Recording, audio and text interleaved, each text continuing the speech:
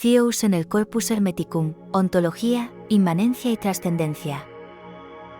En el alba del pensamiento occidental, una voz emergió del silencio de Egipto: quien conoce a Dios, se convierte en Dios. No es herejía. No es fantasía. Es la teología más radical de la antigüedad tardía. ¿Quién es Theos?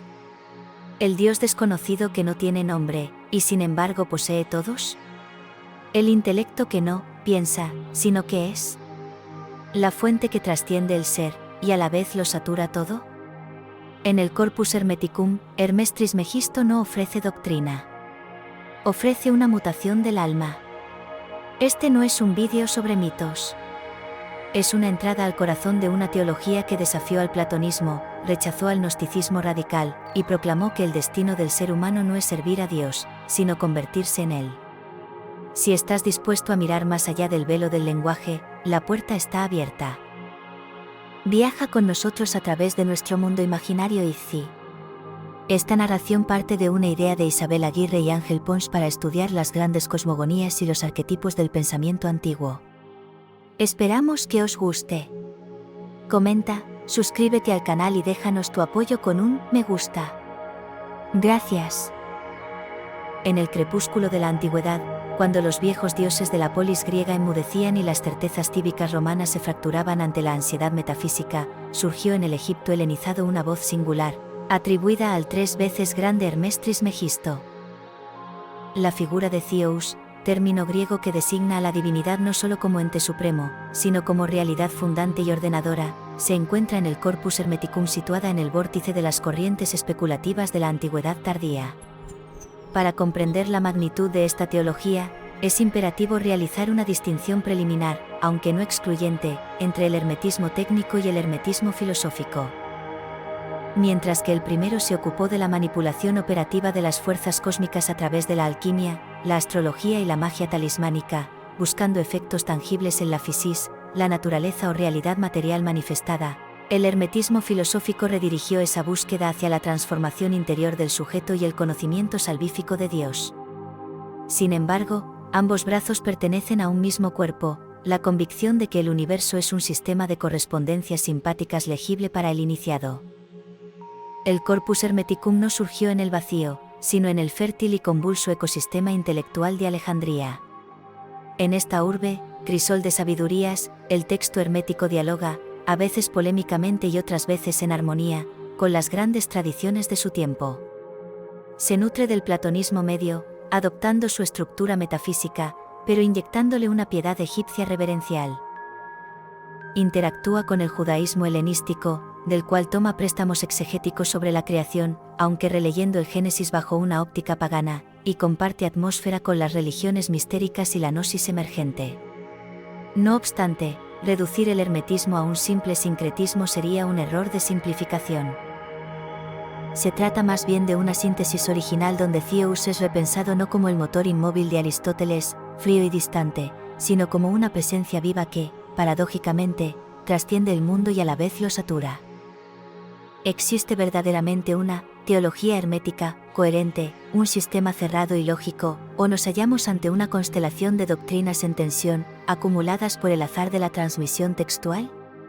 Durante gran parte del siglo XX, la crítica estuvo dominada por la tesis de A.J. Festugiere, quien postuló una fractura irreconciliable en los textos: por un lado, una corriente optimista y monista que celebra el cosmos como una teofanía divina, y por otro, una corriente pesimista y dualista, afín al gnosticismo, que repudia la materia como una prisión del alma.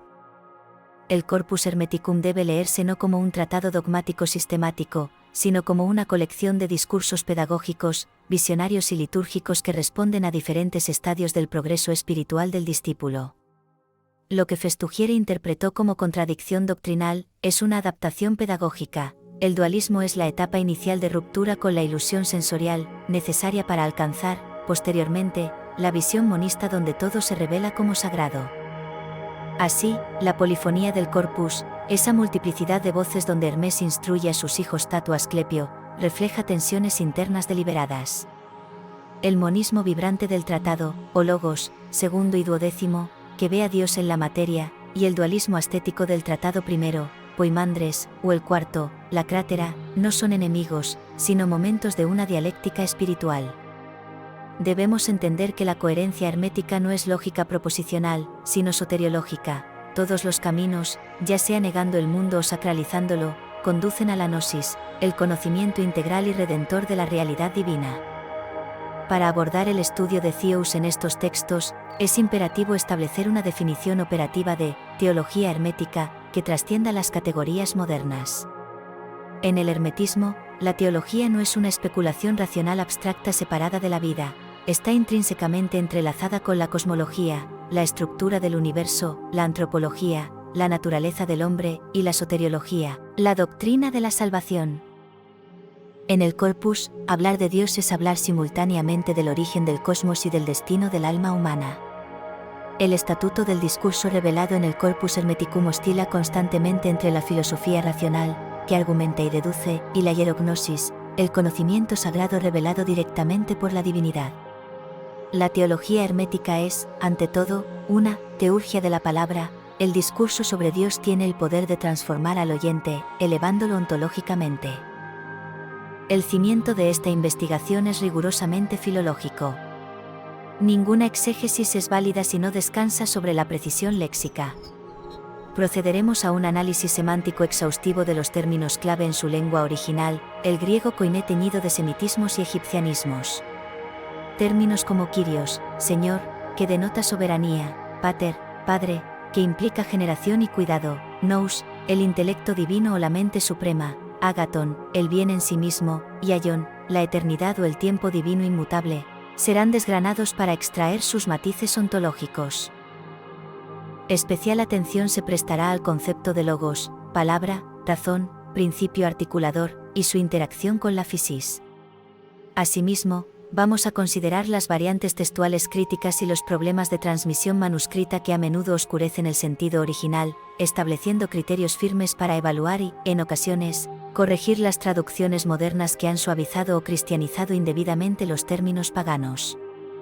Desde una perspectiva filosófica, el método comparativo será esencial para perfilar la especificidad hermética.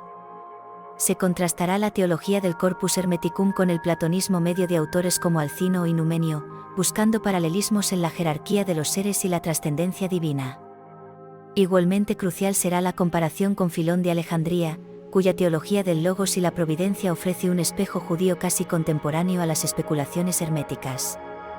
Sin embargo, se mantendrá una distinción rigurosa frente al gnosticismo radical, tal como se presenta en los textos de Nag Hammadi. Aunque comparten vocabulario y angustias existenciales, demostraremos que la teología hermética rechaza el anticosmismo extremo. Para Hermés, el mundo no es un error de un demiurgo ignorante, sino una obra hermosa, aunque imperfecta, de un Dios bueno. Finalmente, se aplicará una metodología fenomenológica para abordar aquello que escapa a la filología y la lógica, la experiencia de la conciencia. El hermetismo no busca solo informar, sino inducir una epopteia, la visión directa y mística de la verdad. Analizaremos el rol del símbolo y la performatividad del discurso, como la lectura o la escucha de los tratados está diseñada para operar un cambio en la percepción del adepto, guiándolo desde la ceguera espiritual hasta la iluminación. El Corpus Hermeticum se presenta a sí mismo no como una invención humana, sino como un discurso inspirado. Su estructura es eminentemente dialogal, maestro-discípulo, y su tono, oracular. Existe un ritmo litúrgico en la prosa hermética, una cadencia diseñada para aquietar la mente discursiva y abrir el nous del discípulo. Aquí reside una tensión fundamental que esta tesis explora. La relación entre el logos discursivo, la palabra que explica, divide y categoriza, y el logos visionario, la palabra que evoca, unifica y muestra. Los tratados operan en el límite del lenguaje, utilizando la palabra para señalar aquello que está más allá de la palabra, forzando al lenguaje hasta su punto de ruptura para que, a través de sus grietas, se filtre la luz de lo inefable. En este contexto, el símbolo deja de ser una mera metáfora literaria para convertirse en una mediación ontológica. Símbolos recurrentes como la luz, pos, que representa la inteligibilidad pura, la vida, zoe, como dinamismo divino, el fuego, como agente de transformación, el silencio, como matriz de la revelación, el agua y la semilla, Son analizados aquí por su función epistemológica. El símbolo actúa como un puente metaxu, un intermedio, entre lo inefable, Dios en su esencia incognoscible, y lo cognoscible, la mente humana limitada. El símbolo hermético es, en cierto modo, lo que representa, participa de la realidad que invoca, permitiendo que el iniciado toque lo divino a través de la imagen sensible.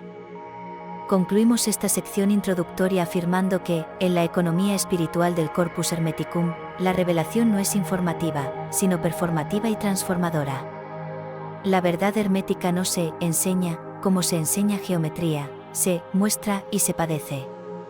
Existe una relación intrínseca entre la visión, la purificación moral y el conocimiento. Solo el que se ha purificado de las pasiones irracionales puede ver. Así, el lenguaje, el símbolo y la revelación convergen en un único propósito: preparar el nacimiento en Dios, un proceso donde el ser humano no solo aprende acerca de Theos, sino que comienza el vertiginoso proceso de convertirse en él. Capítulo 1. La apofática hermética. El umbral de la teología hermética no se sitúa en la afirmación, sino en la negación, no en la palabra que define, sino en el silencio que reverencia. Antes de que el Corpus Hermeticum pueda desplegar su cosmología vibrante o su antropología de la caída y el ascenso, establece con contundencia la alteridad radical de la fuente. Este capítulo aborda la vía negativa o apofática, un sendero intelectual y espiritual que desnuda a la divinidad de todo atributo finito para revelar su verdadera naturaleza, una realidad que excede las categorías del ser y del entendimiento humano. La investigación sobre la naturaleza divina en el hermetismo filosófico comienza con una confrontación abismal: la incognoscibilidad de Dios. El concepto de agnostos theos, el Dios desconocido, no debe interpretarse aquí meramente como una deidad extranjera o no identificada, sino como una declaración sobre los límites absolutos de la cognición humana frente a lo absoluto. En el tratado primero, el Poimandres, y con mayor agudeza especulativa en el Corpus Hermeticum X, la llave, se nos presenta a un Dios que reside más allá de la bóveda celeste del pensamiento discursivo. La mente humana, atrapada en las categorías de espacio, tiempo y causalidad, se encuentra ontológicamente incapacitada para circunscribir aquello que es la condición de posibilidad de esas mismas categorías. Esta incognoscibilidad genera una de las paradojas más fecundas y citadas de la literatura hermética, una tensión dialéctica que Hermés Trismegisto utiliza para romper los esquemas lógicos de sus discípulos, dioses simultáneamente anónimos, sin nombre, y poliónimos, de muchos nombres. La condición de anónimos responde a la trascendencia absoluta. Nombrar es limitar, asignar un sustantivo es distinguir una cosa de otra.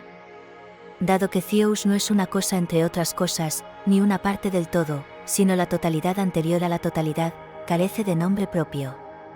Cualquier apelativo específico, padre, bien, creador, es, en última instancia, una metáfora provisional que, si se absolutiza, se convierte en un ídolo conceptual. ¿Cómo instruye Hermés a Tat? ¿Quién puede nombrarlo? No tiene nombre porque es el uno, o, mejor dicho, no tiene nombre porque es el todo.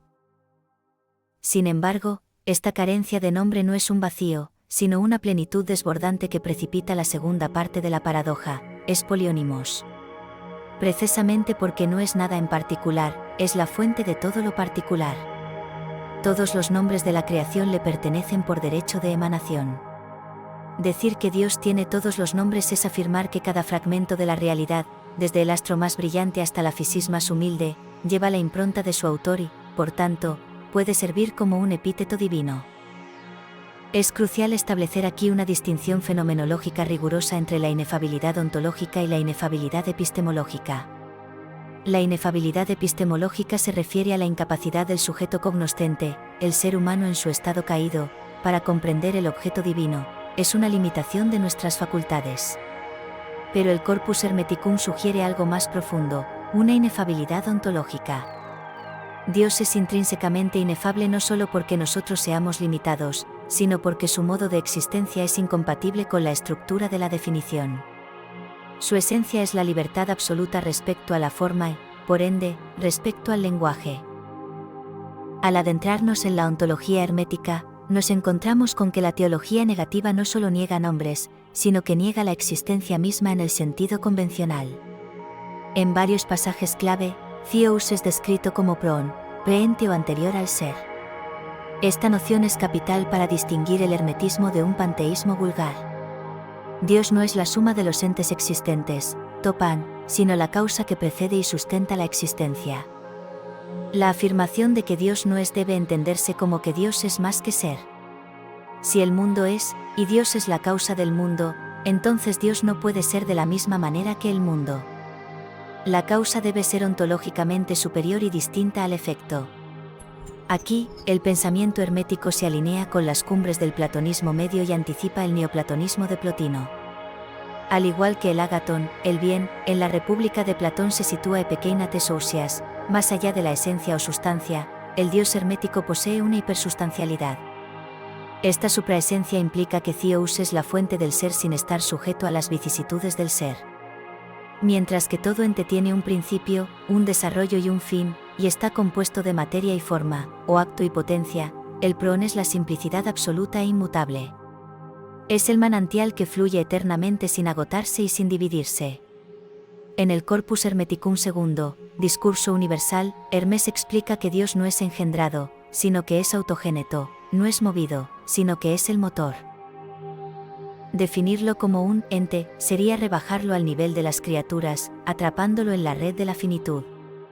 Por tanto, la ontología hermética es, paradójicamente, una meontología, estudio del no ser, pero un no ser por exceso de plenitud, no por defecto o privación. Si el lenguaje discursivo, logos proporicos, fracasa ante la majestad del anónimos y la profundidad del proon, ¿qué recurso le queda al iniciado? La respuesta hermética es el sigue, el silencio sagrado. En la economía espiritual del corpus, el silencio no es la mera ausencia de ruido, ni una pausa retórica, es una actividad del espíritu, un estado de máxima tensión atencional y una herramienta epistemológica de primer orden. El sigue cumple, en primer lugar, una función litúrgica. En los textos herméticos, a menudo se exhorta al discípulo a guardar silencio como condición previa para la recepción de la doctrina. Calla, hijo mío, y escucha, es una fórmula recurrente. Este silencio ritual tiene el propósito de aquietar los sentidos y las pasiones, que en la antropología hermética son vistos como ruido que distorsiona la percepción del nous. Solo en la quietud de los sentidos puede resonar la voz del intelecto divino. Pero más allá de la pedagogía, el silencio posee una función ontológica y epistemológica definitiva, es el único lenguaje capaz de mimetizarse con lo inefable. Dado que Dios es uno y simple, cualquier discurso, que es por naturaleza múltiple y compuesto, falsifica la unidad divina. Solo el silencio, en su unidad indivisa, es análogo al uno. En el Corpus Hermeticum X y en el clímax estático del Corpus Hermeticum XIII, sobre la regeneración, el iniciado comprende que alabar a Dios con palabras humanas es insuficiente. La verdadera alabanza, el himno silencioso, ocurre cuando el alma suspende su actividad predicativa y se sumerge en la contemplación pasiva. El silencio es, entonces, la condición de acceso a lo inefable, es el momento en que el conocedor se hace semejante a lo conocido, abandonando la dualidad sujeto-objeto para fundirse en la inmediatez de la presencia. Como reza la plegaria final del Poimandres, acepta los sacrificios puros de palabra de un alma y un corazón tendidos hacia ti, o inefable, o innombrable, a quien solo el silencio nombra. Capítulo 2. Los atributos de la esencia divina. Tras haber establecido en el capítulo precedente la naturaleza apofática de la divinidad, ese abismo de silencio que trasciende toda predicación, nos adentramos ahora en la teología positiva o catafática. Si bien Theos es inefable en su ipseidad última, el Corpus Hermeticum no nos abandona en el nihilismo conceptual. Por el contrario, la revelación hermética afirma ciertos atributos esenciales que no son meros accidentes o cualidades adjetivas de Dios, sino definiciones de su sustancia misma. Dios no posee atributos, Dios es esos atributos en un acto de identidad absoluta. La afirmación central que vertebra la metafísica hermética es la identificación de Dios con el nous, el intelecto, la mente suprema o inteligencia pura. Esta proposición debe ser entendida en su radicalidad ontológica. Dios no tiene mente, como si fuera un sujeto que posee una facultad cognitiva instrumental, Él es mente. En el universo hermético, la realidad fundamental no es la materia ni la energía, sino la consciencia autoluminosa. Esta identidad entre Dios y el intelecto implica que el universo es, en última instancia, una construcción mental. Sin embargo, el Corpus Hermeticum, lejos de presentar un monismo simplista, despliega una sofisticada estratificación o tipología del nous que es crucial para comprender la mecánica de la creación y la providencia.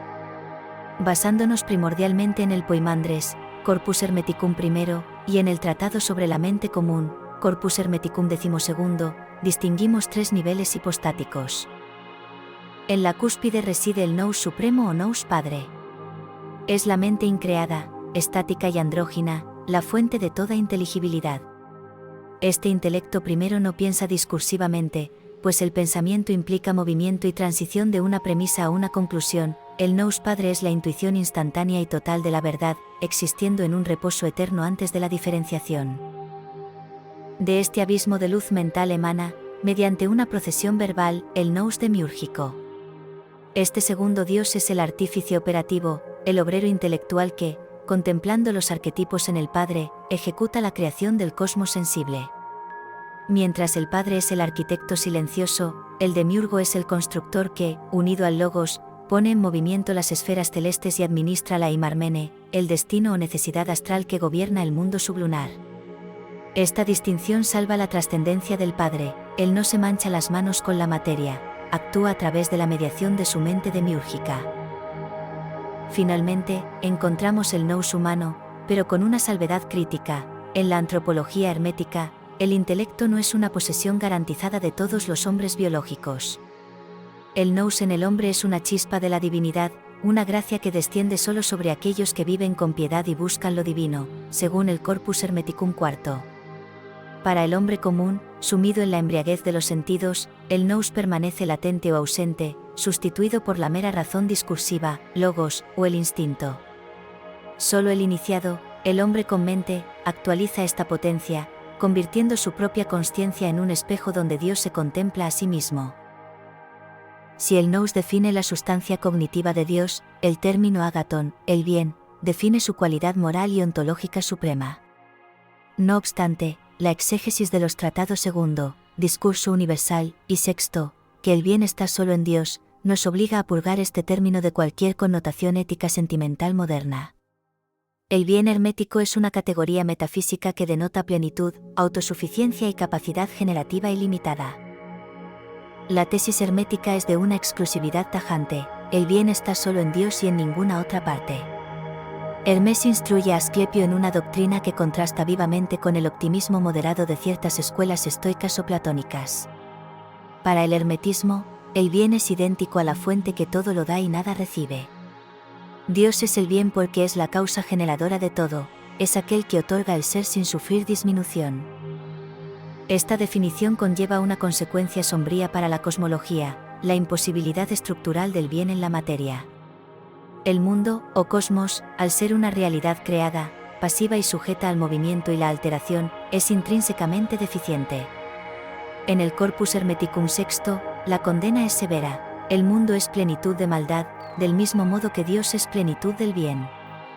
Esta maldad no debe entenderse necesariamente como perversidad moral, sino como indigencia ontológica. La materia es múltiple, divisible y perecedera, por tanto, no puede albergar al bien, que es uno, indivisible y eterno. Mientras el platonismo medio tendía a ver el mundo como una copia bella y buena del modelo ideal, el hermetismo filosófico aquí acentúa la distancia abismal. El mundo puede ser ordenado y bello, como obra del demiurgo, pero nunca bueno en sentido absoluto. Solo retornando a la fuente, dejando atrás la esfera del devenir, puede el alma reencontrarse con el ágaton. Para culminar la descripción de la esencia divina y explicar la dinámica de la generación sin recurrir a una dualidad externa, el Corpus Hermeticum introduce el concepto de arrenotelus, término griego que designa la cualidad de ser macho y hembra simultáneamente, es decir, la bisexualidad o androginia primordial. Esta noción rompe con las teologías antropomórficas que proyectan la polaridad sexual humana en el cielo. Dios no tiene género, sino que posee en su unidad simple la potencia generativa de ambos principios. En el Poimandres, se define magistralmente esta naturaleza, el nous, que es Dios, siendo arrenotelus y existiendo como vida y luz. Aquí se nos revelan los dos constituyentes de esta bisexualidad metafísica, vida, zoe, y luz, pos. La luz representa el aspecto intelectivo, iluminador, formante, tradicionalmente asociado al principio masculino o paterno. La vida representa el aspecto vital, dinámico, la potencia de animar y sustentar, asociada al principio femenino o materno. La implicación ontológica de esta doctrina es la autogeneración. Dios no necesita un cónyuge fuera de sí mismo para crear, Él se fecunda a sí mismo. La creación es un acto de parto divino donde la voluntad de Dios gesta la realidad en su propio seno. Esta concepción tiene un corolario soteriológico directo y profundo. Si el ser humano tiene su origen en este Dios Arenotelus, entonces nuestra esencia más íntima está compuesta también de vida y luz. La caída del hombre se describe como el olvido de esta naturaleza luminosa y vital al enamorarse de la naturaleza inferior. Por consiguiente, la salvación, o retorno a Dios, no es otra cosa que el proceso de reconocerse nuevamente como luz y vida.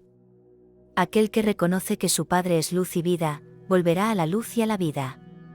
Así, la teología de los atributos divinos se convierte, inevitablemente, en el mapa para el regreso del alma a su patria original.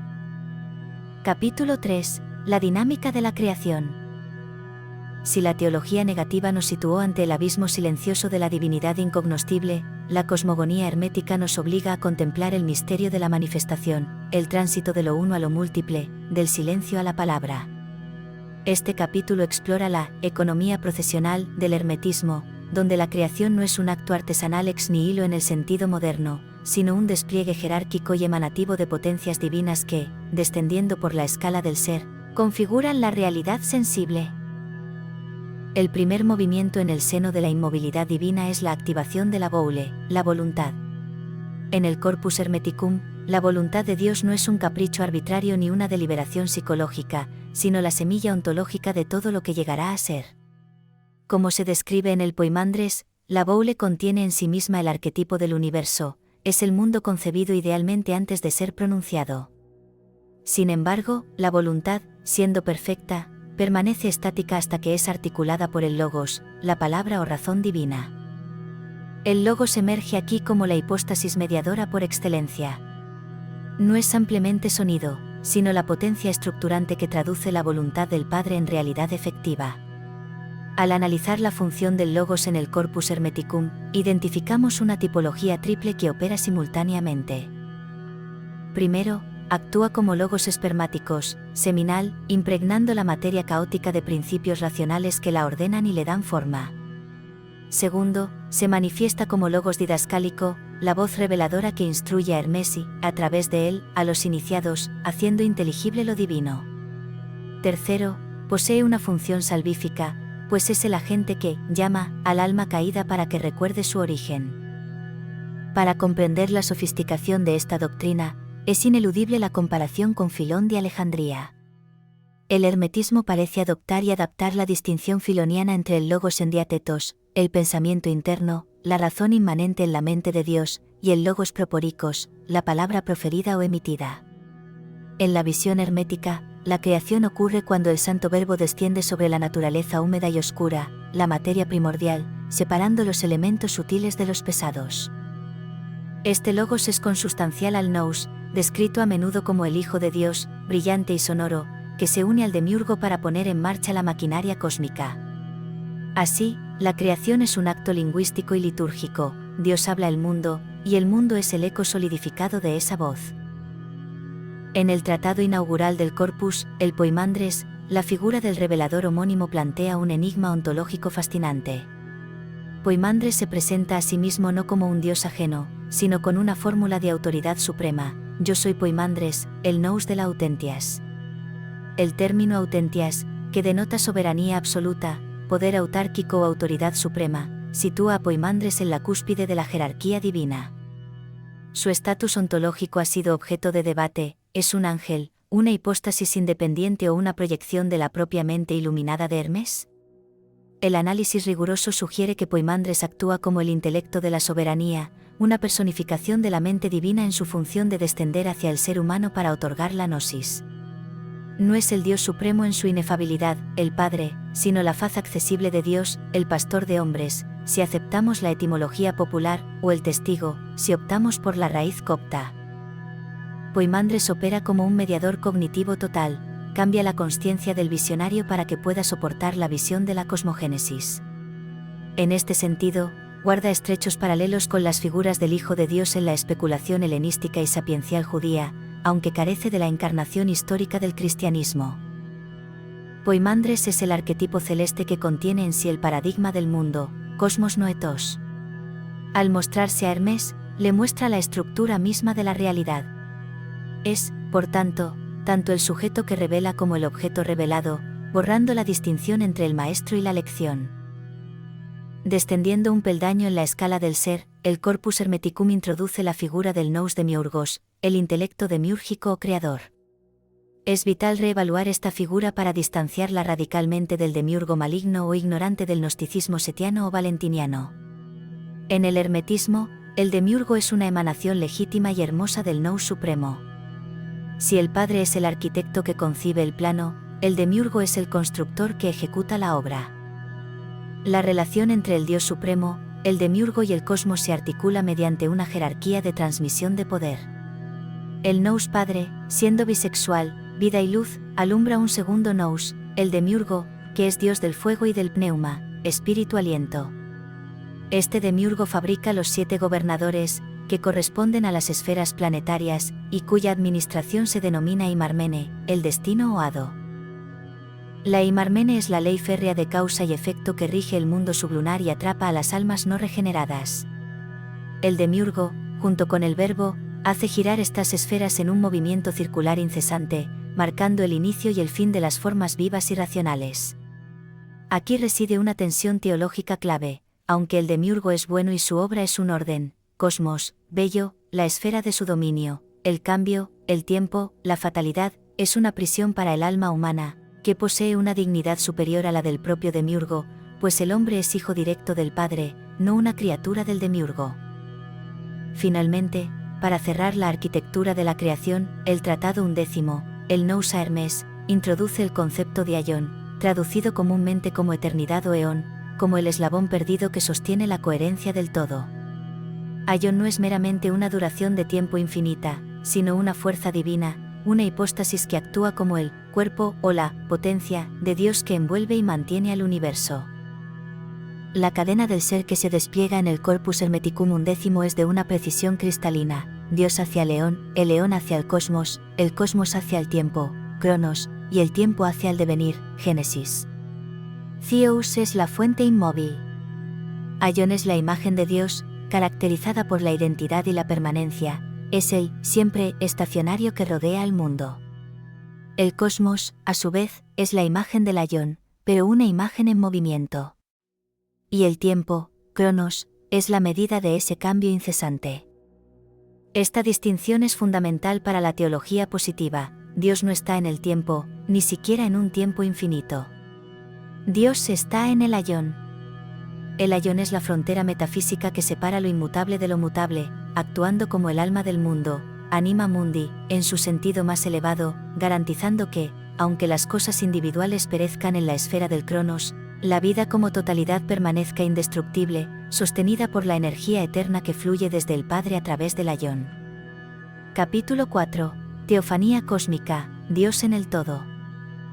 Tras haber examinado la dinámica procesional de la creación, donde la divinidad se proyecta hacia afuera mediante la voluntad, boule, y el verbo, logos, esta investigación arriba necesariamente al resultado de dicha operación, el cosmos sensible. Lejos de ser un residuo degradado o una prisión malévola, como postularían los sistemas gnósticos más radicales, la teología hermética contempla el universo físico como una teofanía resplandeciente. En este capítulo se aborda la paradoja de la visibilidad divina. Aquel que es invisible por esencia se hace visible por voluntad y potencia en la arquitectura del mundo. La proposición central que inaugura esta sección es audaz, el cosmos est Theos paneros, el Dios visible. Esta afirmación no debe confundirse con un materialismo craso, se trata de una sacralización de la naturaleza fundamentada en la relación paterno-filial entre el Creador y la creación. Si el Padre es el primer Dios, el cosmos es reverenciado en textos como el Asclepio y el Corpus Hermeticum 12 como Deuteros Theos, el segundo Dios. Esta divinidad del mundo es derivada, no absoluta, pero real. El mundo es concebido como un eidolonzón, una imagen viviente, de Dios. El término eidolon, que a menudo se traduce peyorativamente como ídolo, recupera aquí su dignidad platónica original como forma visible o reflejo. Así como la estatua en el templo es el receptáculo de la presencia del Dios para el devoto, el universo entero es el gran templo y la gran estatua animada que contiene la energía del Padre.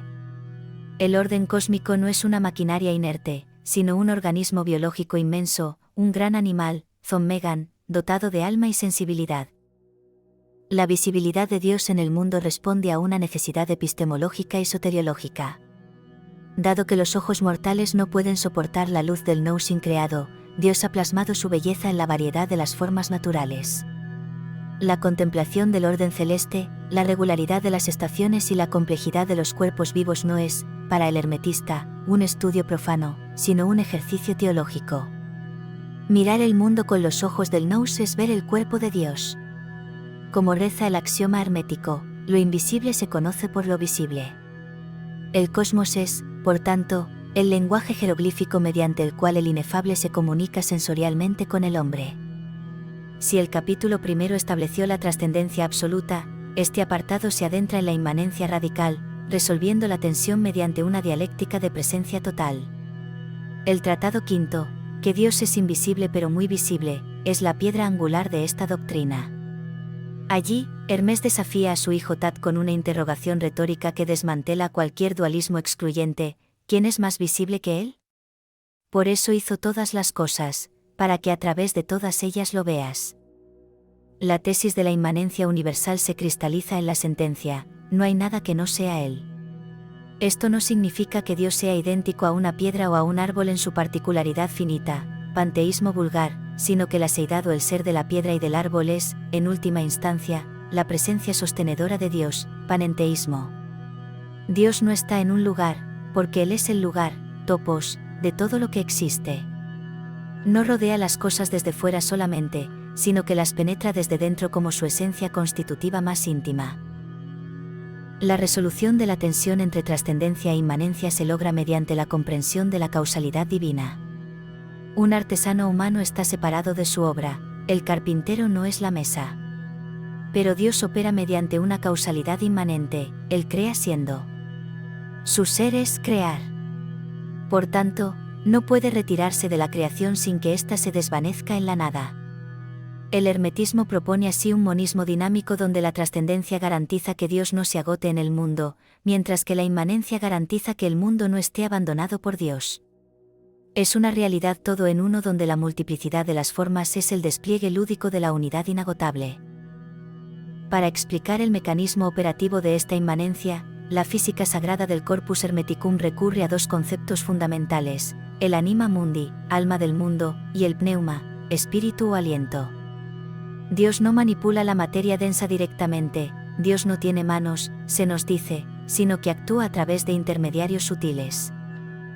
El pneuma es el instrumento del demiurgo.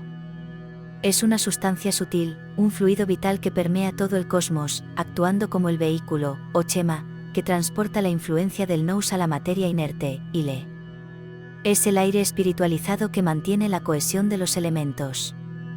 Sin el pneuma, la materia se disgregaría en el caos, con él, se organiza en formas complejas y vivas. Vinculada al pneuma está el anima mundi, la psique cósmica que envuelve y dirige el universo. Gracias a esta alma universal, el cosmos experimenta simpatía universal, todo está conectado con todo, de modo que lo que ocurre en los cielos afecta a la tierra, fundamento de la astrología hermética, aunque aquí leída filosóficamente. Esta alma es la ejecutora de la providencia, pronoia. La providencia no es una intervención externa arbitraria, sino la racionalidad inmanente del alma del mundo que guía todas las transformaciones, los nacimientos y las muertes hacia la armonía del todo. En este esquema, la muerte no existe como aniquilación, sino como disolución y recomposición de los elementos dentro de un viviente único y eterno.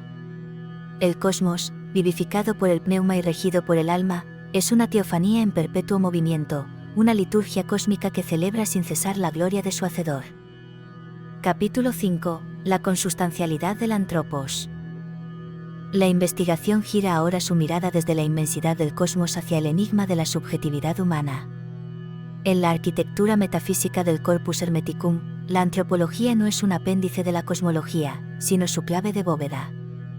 El ser humano no es un mero habitante del mundo, un espectador accidental surgido del barro, sino una realidad teológica de primer orden que comparte linaje directo con la divinidad. Este capítulo aborda la dignidad abismal y la tragedia existencial del antropos, el hombre arquetípico y, por extensión, la humanidad esencial, situándolo en una posición de consustancialidad con el Padre, una prerrogativa que ni siquiera los astros divinos poseen. La singularidad radical de la antropología hermética se funda en la genealogía del antropos. Según el relato hierohistórico desplegado en el Poimandres, la aparición del hombre es un evento que rompe la lógica de la creación demiúrgica anterior. Mientras que el demiurgo, el segundo dios, forjó los 7 gobernadores planetarios y puso en marcha la maquinaria fatal del destino mediante el fuego y el espíritu, el hombre no es obra del demiurgo. El texto es explícito y conmovedoramente audaz: el nous Padre de todos, siendo vida y luz, dio a luz, a Pequiese, a un hombre semejante a él. La elección del verbo es teológicamente decisiva, no se trata de una fabricación artesanal como la del cosmos, sino de un parto o generación directa. Esto instaura una diferencia ontológica insalvable entre el ser humano y el resto de la creación, incluidos los animales y los propios dioses astrales. Los animales irracionales son productos de la voluntad demiúrgica actuando sobre la naturaleza inferior; el hombre, en cambio, es una emanación directa de la fuente suprema. Esta procedencia directa confiere al antropos el estatus de hijo y, paradójicamente, de hermano del demiurgo, pues ambos proceden del mismo padre. Sin embargo, en la narrativa del Poimandres, el hombre ostenta una superioridad inicial sobre el artífice cósmico. Al ser imagen directa del Padre, el hombre posee la totalidad de la potencia divina, es consustancial a Dios. Comparte su esencia de vida y luz. Dios se enamoró de su propia forma al verla en el hombre, reconociéndose a sí mismo en su criatura. Así, el ser humano entra en la existencia no como un siervo de los dioses, sino como un soberano destinado a compartir la administración del universo, recibiendo el homenaje de la creación y el permiso del Padre para entrar en la esfera demiúrgica no como súbdito, sino como igual. No obstante, esta realeza primordial se ve fracturada por el drama de la caída, un evento que el hermetismo narra no como una desobediencia moral, sino como una seducción narcisista y metafísica. El antropos, deseando crear y conociendo su propia esencia luminosa, se inclina a través de la armonía de las esferas y vislumbra su reflejo en las aguas de la fisis, la naturaleza material, húmeda y generativa. Enamorado de esa forma bella que no es más que una sombra, el hombre se precipita hacia ella y la naturaleza, en un abrazo erótico y fatal, lo envuelve completamente. De esta unión contra natura y extraña surge la condición paradójica que define la existencia humana actual, la doble naturaleza. El ser humano es el único ente en el cosmos que es un híbrido ontológico, un ser fronterizo situado en la intersección de dos mundos irreconciliables. Por una parte, es mortal en cuanto al soma, el cuerpo físico. El cuerpo es el vestido de barro, la túnica de tejido que la naturaleza tejió para atrapar al hombre. Este componente somático sujeta al ser humano a las leyes inexorables de la Eimarmene, el destino astral administrado por los gobernadores. En su aspecto corporal, el hombre es un animal más, sujeto al hambre, al dolor, al deseo sexual compulsivo, a la enfermedad y a la muerte, es esclavo del tiempo y del cambio. Por otra parte, y simultáneamente, el hombre es inmortal en cuanto al hombre esencial. En lo profundo de su ser, oculto bajo las capas de la materia y el olvido, reside aquel antropos original nacido del Padre, compuesto de luz, intelecto y vida, alma. Esta chispa divina permanece libre de la fatalidad, soberana y eterna. Esta dualidad no es una convivencia pacífica, sino un conflicto desgarrador. La antropología hermética describe la vida humana como un campo de batalla perpetuo entre la fisis y el nous. La naturaleza, celosa de su prisionero, utiliza los placeres sensoriales como narcóticos para mantener al alma en un estado de embriaguez o sueño, impidiéndole recordar su origen real. El cuerpo se convierte así en un sema, un sepulcro, para el espíritu. La tragedia humana radica en que, siendo un dios por origen y derecho, el hombre vive y muere creyéndose una bestia, ignorante de que lleva dentro de sí la inmensidad del Padre.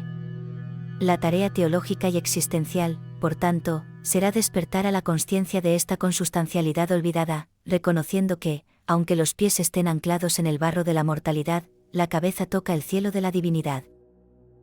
Capítulo 6. El problema del mal y la ignorancia. En el itinerario de la antropología hermética, una vez establecida la doble naturaleza del ser humano, Dios mortal y bestia inmortal, surge inevitablemente la interrogante sobre el origen de la tribulación existencial. ¿Por qué, si el hombre es consustancial al Padre, vive sumido en el sufrimiento, la confusión y la caducidad? El Corpus Hermeticum ofrece una respuesta que se aparta radicalmente de las teodiceas morales del judaísmo o del platonismo cívico. El mal no es aquí una transgresión de la ley divina, ni un mero error de cálculo intelectual, es una patología ontológica y cognitiva. Este capítulo desciende a las profundidades de la condición caída para examinar la agnosia, la tiranía del destino y las sutiles fronteras que separan la propuesta hermética de las herejías gnósticas contemporáneas.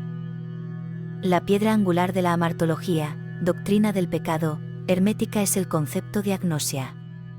Este término griego, que denota no solo ignorancia o desconocimiento sino una privación activa de la consciencia espiritual, es identificado como el mayor mal entre los hombres. A diferencia del pecado abrahámico, que implica una voluntad rebelde que desobedece un mandato, la agnosia es un estado de olvido profundo. El alma, encarnada en el cuerpo húmedo y pesado, ha olvidado su origen nobiliario en la luz y la vida. Los textos describen este estado con metáforas viscerales de intoxicación. La inmersión en la materia no es un aterrizaje suave, sino una caída que induce una embriaguez. El ser humano común camina por el mundo como un ebrio, tambaleándose bajo el peso de los estímulos sensoriales, confundiendo las sombras con la realidad y el placer momentáneo con el bien supremo. Esta embriaguez de la materia adormece el nous esencial, esa chispa divina que, aunque presente latente, queda sepultada bajo el tumulto de las pasiones irracionales, la ira, el deseo concupiscente, la envidia y el dolor. El mal, por tanto, no es una entidad sustancial externa que ataca al hombre, sino la ausencia de la luz del conocimiento en la cámara interior del alma. Es la oscuridad que resulta de cerrar los ojos del espíritu. Sin embargo, el pesimismo antropológico no es absoluto. Los pasajes escatológicos del Poimandres describen el proceso de reactivación del nous. La muerte física inicia un proceso de despojo donde el hombre entrega al cosmos los elementos materiales y, en un ascenso dramático a través de las esferas, devuelve a los gobernadores astrales las vestiduras pasionales que había adquirido en su caída. Esta restitución purifica al antropos, permitiendo que la potencia intelectiva, liberada de la escoria de la agnosia, recupere su actividad plena. La salvación comienza, pues, cuando el individuo, aún en vida, logra sacudirse la embriaguez y escuchar la llamada del Logos que le exhorta a recordar quién es. Mientras la agnosia describe el estado interno del sujeto caído, la eimarmene, el destino o hado universal, describe la estructura externa de su prisión. En la cosmovisión de la antigüedad tardía, el determinismo astral no era una superstición marginal, sino una física opresiva y totalitaria. Los 7 gobernadores, los planetas, tejen una red de causas y efectos ineludibles que rigen cada átomo del mundo sublunar. El cuerpo, las posesiones, la salud, la posición social y la duración de la vida están escritos en las estrellas y administrados por esta ley férrea. Para el hombre sin mente, la tiranía de la eimarmene es absoluta. Al identificarse con su cuerpo y sus pasiones, se convierte en una pieza más del engranaje cósmico, movido como una marioneta por las influencias astrales.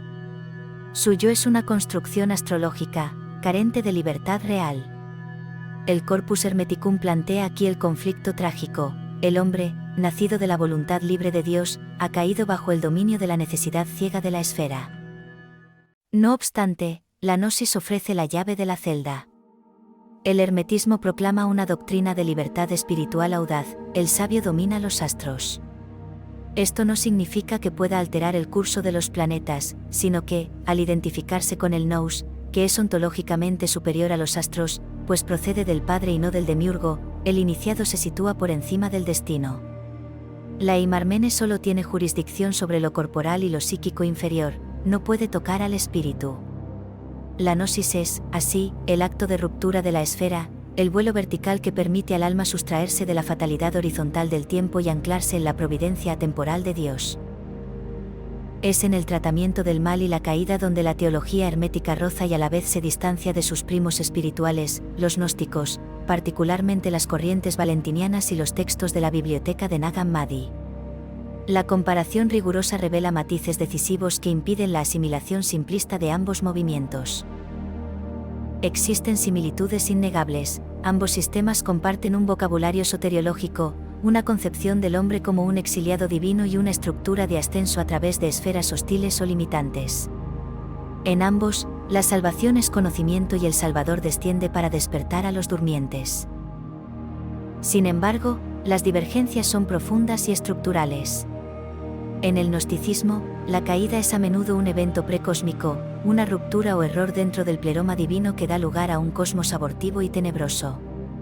El mundo es intrínsecamente malo, fruto de la ignorancia o la malicia de un demiurgo inferior. El hermetismo, por el contrario, mantiene una piedad cósmica. La caída es un evento intracósmico y antropológico, no teogónico. No es Dios ni un eón quien cae o se equivoca, sino el antropos quien se enamora de la naturaleza. El mundo sigue siendo bello y una imagen de Dios, el mal reside en la actitud equivocada del hombre hacia ese mundo, en su apego ignorante a la parte material en detrimento de la espiritual. Mientras el gnóstico radical quiere escapar del mundo para ver su destrucción, el hermetista quiere trascender el mundo para comprender su belleza sin ser esclavizado por ella. Además, el logos hermético no es un redentor que viene a corregir un error divino, sino un pedagogo que viene a recordar una verdad eterna. Esta distinción preserva la bondad del Creador y la santidad del universo, delineando una gnosis optimista que celebra la inmanencia de Dios incluso mientras busca la trascendencia del alma. Si la antropología hermética diagnosticó la condición humana como una fractura trágica entre la divinidad esencial y la mortalidad somática, la soteriología no se presenta como una mera reparación ética o una promesa de bienestar post-mortem, sino como una mutación ontológica radical. El término técnico que encapsula este misterio es palingenesia, el nuevo nacimiento o regeneración. Lejos de ser una metáfora poética, la palingenesia constituye la operación central del hermetismo, la desarticulación del hombre viejo, sujeto al destino astral, y la gestación del hombre nuevo, consustancial a Dios. El Tratado XIII, a menudo titulado sobre la regeneración y el silencio secreto, representa la cumbre de la instrucción hermética. Aquí, el diálogo abandona la especulación cosmológica para adentrarse en la praxis mística. Tad, el hijo y discípulo, tras haber asimilado las enseñanzas generales, reclama a su padre Hermes el cumplimiento de una promesa, la revelación sobre cómo se engendra un dios.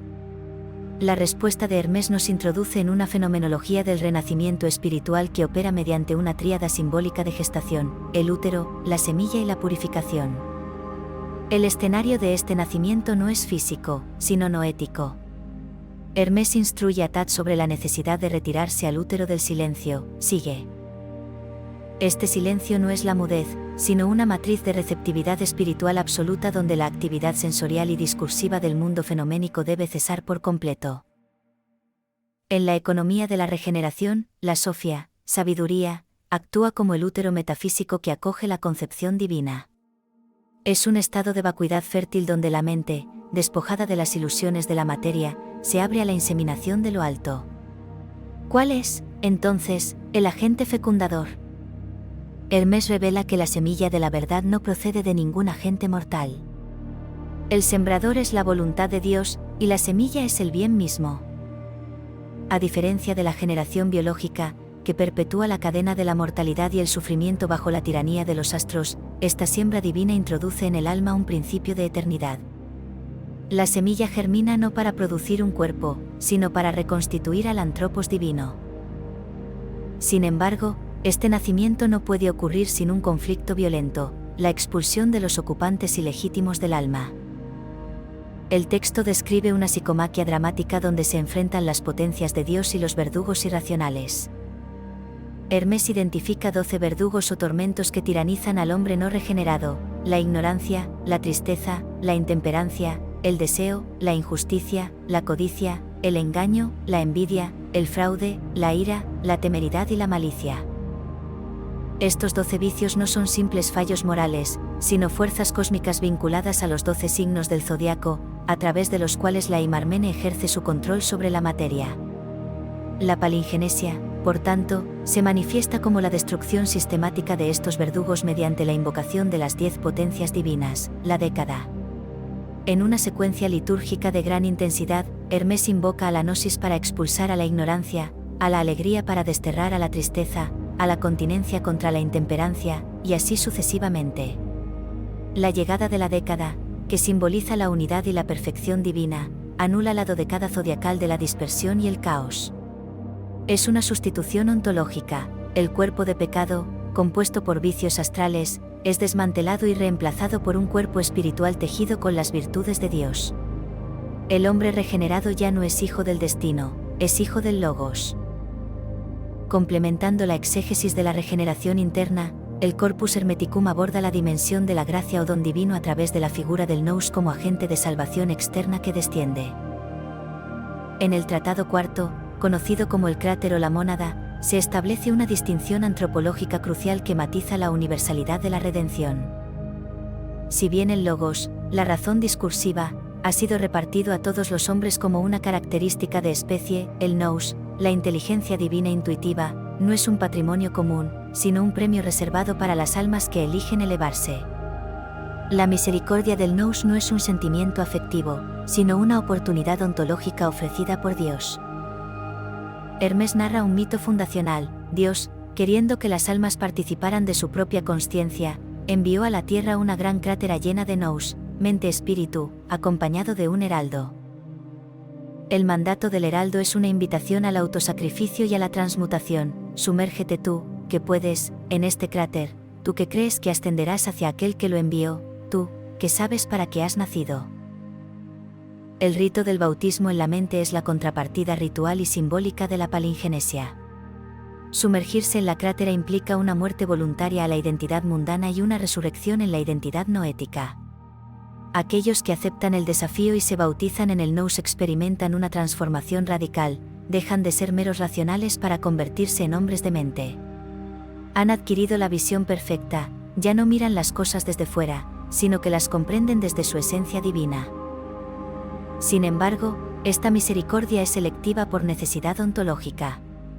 Aquellos que rechazan el bautismo, aferrándose a los placeres corporales y a la inmanencia, permanecen en la oscuridad de la agnosia. No son castigados por un juez externo, sino que su castigo es su propia condición, permanecer atrapados en la mortalidad, sujetos a los ciclos de la generación y la corrupción, privados de la inmortalidad consciente. El nous, por tanto, actúa como el principio discriminador que separa a los buenos y puros, aquellos capaces de desprenderse de la materia, de la masa sumida en la inconsciencia. La soteriología hermética es aristocrática en el sentido espiritual. La salvación es un logro heroico de la voluntad asistida por la gracia del intelecto. La investigación alcanza su cenit especulativo y místico en este capítulo final. Si la regeneración constituyó el proceso de gestación del hombre nuevo, la teosis, deificación o divinización, representa el alumbramiento definitivo y el destino último de la antropología hermética. Aquí, el discurso abandona los límites de la pedagogía para adentrarse en la escatología realizada. El hermetismo no ofrece al adepto una mera salvación del sufrimiento o una inmortalidad beatífica pasiva, le ofrece una identidad absoluta. La promesa hermética resuena con una audacia que estremece los cimientos de la ontología clásica. El fin del hombre no es servir a Dios, ni siquiera contemplarlo desde la distancia, sino convertirse en Él. La sentencia lapidaria que cierra la instrucción de Poimandres en el Tratado I, esta es la finalidad dichosa para aquellos que poseen el conocimiento. Convertirse en Dios, plantea de inmediato una interrogante hermenéutica fundamental. Debemos interpretar esta afirmación como una hipérbole retórica, una metáfora ética que sugiere una máxima asimilación moral a la bondad divina, tal como propondrían ciertas corrientes del platonismo medio bajo el concepto de homeosis theo, semejanza con Dios. ¿O nos hallamos ante una reivindicación de transformación ontológica real? El análisis riguroso de los textos, especialmente del Corpus Hermeticum X, la llave, y el Corpus Hermeticum XI, el nous a Hermes, nos obliga a decantarnos por la segunda opción, una transformación sustancial y realista. La epistemología hermética se rige por el axioma de que lo semejante solo es conocido por lo semejante. Si Dios es infinito, eterno y supersustancial, una mente finita, temporal y mortal jamás podría comprenderlo. Para que el conocimiento, gnosis, sea posible, el sujeto cognoscente debe elevarse al nivel ontológico del objeto conocido. Hermés instruye a su discípulo con una exigencia vertiginosa: si no te haces igual a Dios, no puedes comprender a Dios. Esto implica que la teosis no es un premio post-mortem, sino una condición previa para la verdadera gnosis. El iniciado debe expandir su consciencia hasta abarcar el aion, la eternidad. Debe convertirse en espacio, en tiempo, en altura y profundidad, superando la particularidad del ego biológico para asumir la universalidad del nous. No se trata de la aniquilación del yo en la nada, sino de la dilatación del yo hasta la infinitud. El ser humano, al despojarse de la ilusión de la separatividad, descubre que su fondo esencial nunca fue humano en el sentido limitante, sino divino. Por tanto, convertirse en Dios es, en última instancia, despertar a lo que uno siempre ha sido en el nivel del antropos esencial. La barrera entre creador y criatura, insalvable en las teologías dualistas, se revela aquí como una membrana permeable al fuego del intelecto. Para que esta identidad latente se manifieste plenamente, el alma debe emprender el viaje de retorno, una anábasis o ascenso que el Corpus Hermeticum cartografía con precisión astronómica y metafísica.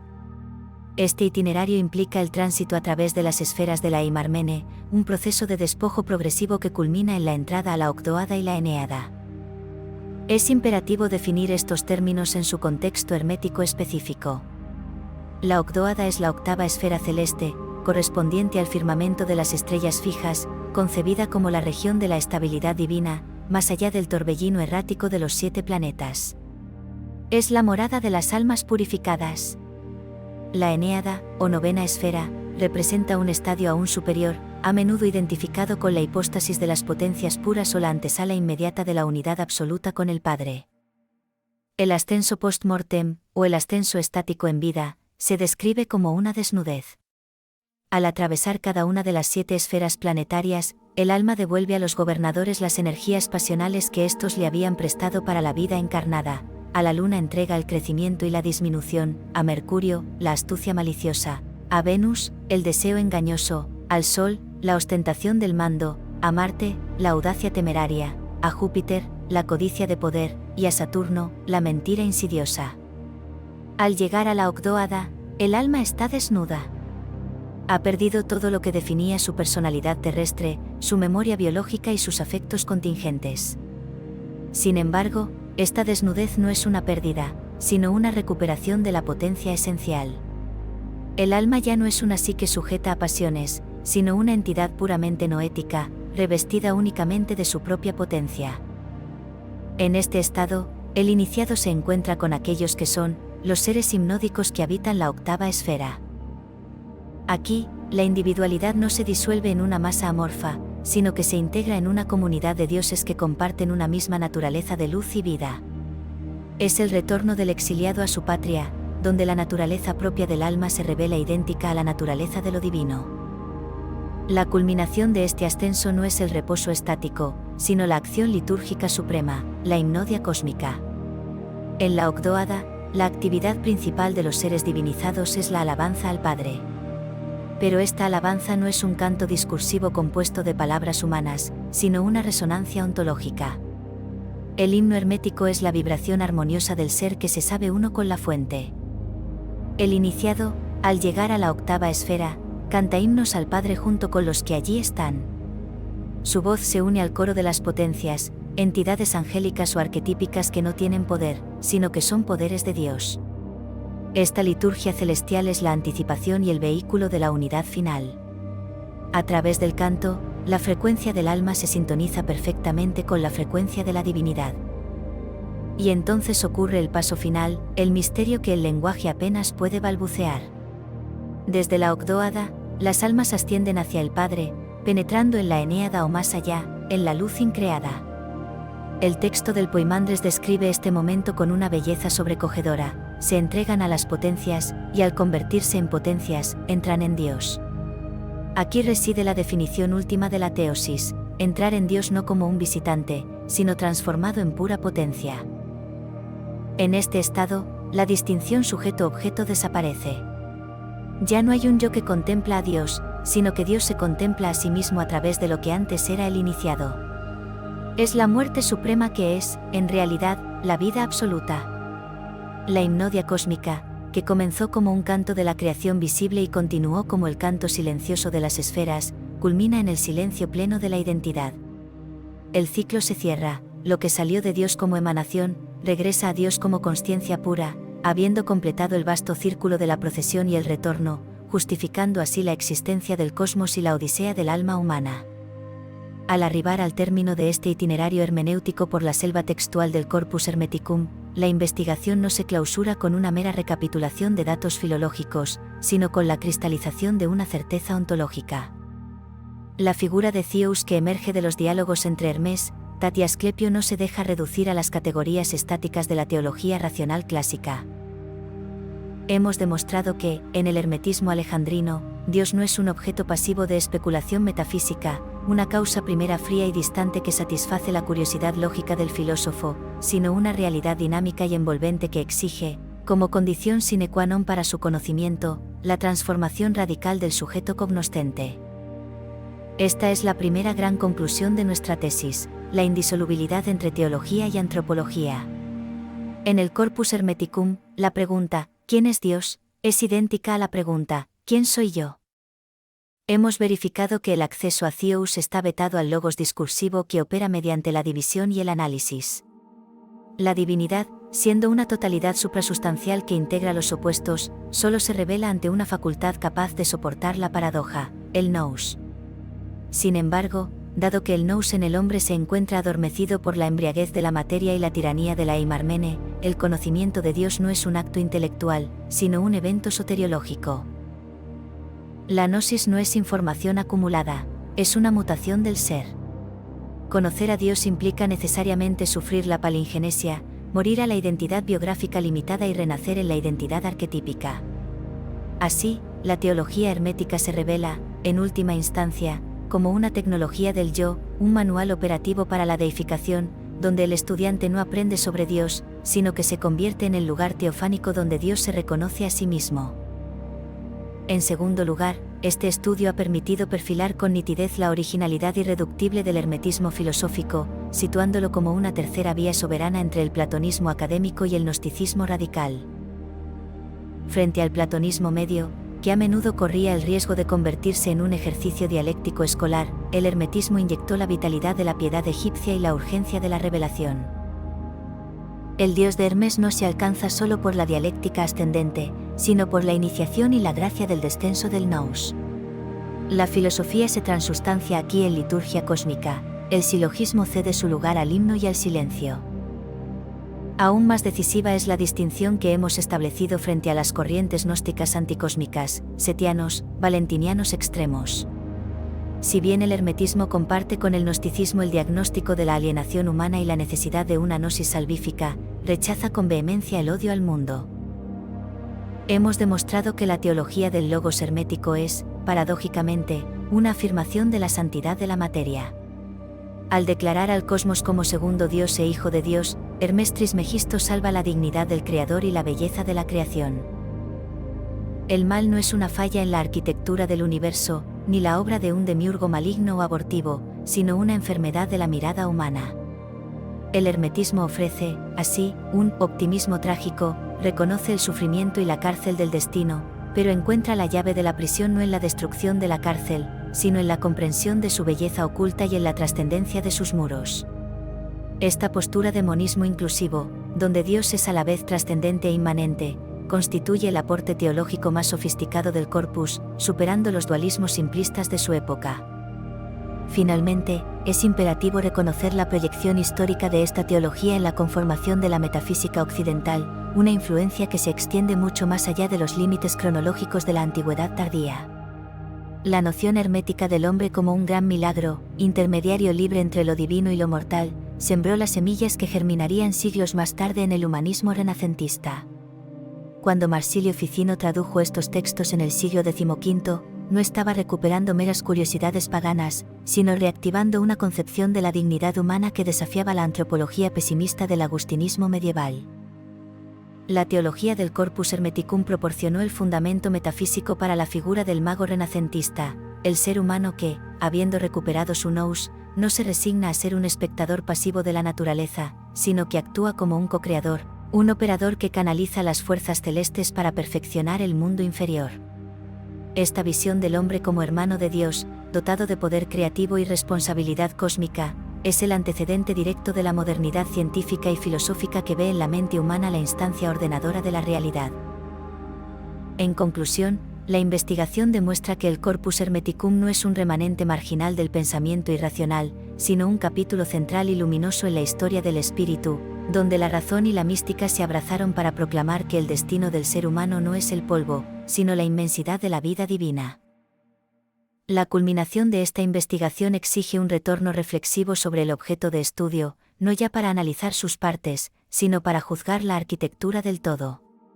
Tras haber recorrido la apofática del Dios desconocido, la teofanía del cosmos visible, la tragedia del hombre dual y la liturgia del Renacimiento, nos enfrentamos a la cuestión crítica que ha obsesionado a la filología moderna: la coherencia interna del Corpus Hermeticum. Esta sección final propone una hermenéutica integradora que disuelve las aparentes fracturas doctrinales en una unidad superior de sentido. ¿Existe una teología hermética coherente? La evaluación crítica de la unidad doctrinal del Corpus Hermeticum ha tropezado históricamente con la heterogeneidad superficial de sus logia. A primera vista, el lector se enfrenta a una desconcertante polifonía. Tratados que maldicen la materia como una cárcel de oscuridad coexisten con himnos vibrantes que celebran el mundo como plenitud de la vida y segundo Dios. ¿Es el corpus un mero bricolaje de sentencias filosóficas dispares, acumuladas por el azar de la transmisión manuscrita en los scriptoria bizantinos, o existe una razón hermética subyacente? Nuestra investigación sostiene que la incoherencia es aparente y fruto de una lectura proposicional estática, ajena a la dinámica pedagógica de la revelación.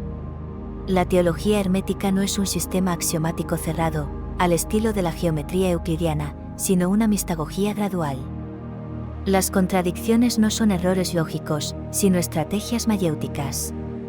Hermes Trismegisto, como maestro, modula su discurso según la capacidad receptiva del discípulo. Al neófito, aún seducido por los sentidos, se le debe predicar un dualismo severo para provocar el desapego necesario. Al iniciado que ha purificado su intelecto, se le revela la visión monista donde la materia se transfigura en energía divina.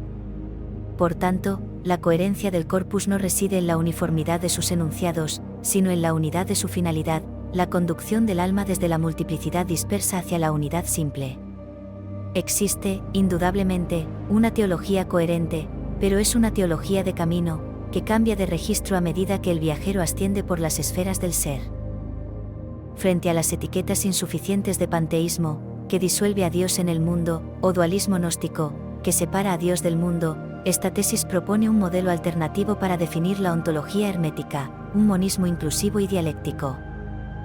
Este modelo postula que la realidad última es una unidad radical, pero una unidad que posee la potencia de autodiferenciarse sin perder su integridad. Theos es el uno que se hace todo. El sistema no es un monismo estático, donde el movimiento es ilusión, sino un monismo dinámico donde la procesión de la multiplicidad es real y querida por Dios como despliegue de su potencia. La síntesis que proponemos resuelve la tensión entre el optimismo cósmico y el pesimismo antropológico mediante una dialéctica de la presencia. El dualismo hermético es funcional y provisional, es real en el plano de la existencia caída, pero irreal en el plano de la esencia. El mal y la materia densa no son sustancias rivales de Dios, sino grados de lejanía o densificación de la luz divina. La síntesis, por tanto, reside en la comprensión de que la trascendencia de Dios y su inmanencia son dos caras de la misma moneda metafísica. El hermetismo enseña a ver a Dios en el mundo para, finalmente, ver el mundo en Dios. La contribución seminal de este estudio radica en la superación definitiva de la dicotomía historiográfica que ha dominado los estudios herméticos durante el último siglo. Por un lado, la tesis clásica de A.J. Festugiere, quien, operando desde categorías aristotélicas y cristianas, dividió quirúrgicamente el corpus en dos bloques irreconciliables. Un hermetismo popular y un hermetismo sabio, negando cualquier unidad orgánica. Por otro lado, la reacción integradora de Jean-Pierre Mahé y Garth Fowden, quienes defendieron la unidad basándose en la estructura de la vía de Hermés y el trasfondo egipcio de la práctica ritual.